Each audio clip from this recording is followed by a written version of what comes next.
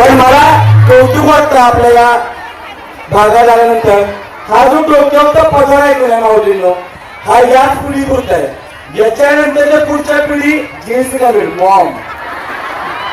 आणि या ज्या पिढीनं जे अनुभवलंय ते खरोखर कौतुकास्पद आहे. त्याने जो आनंद घेतला. आजी वय किती? वय किती?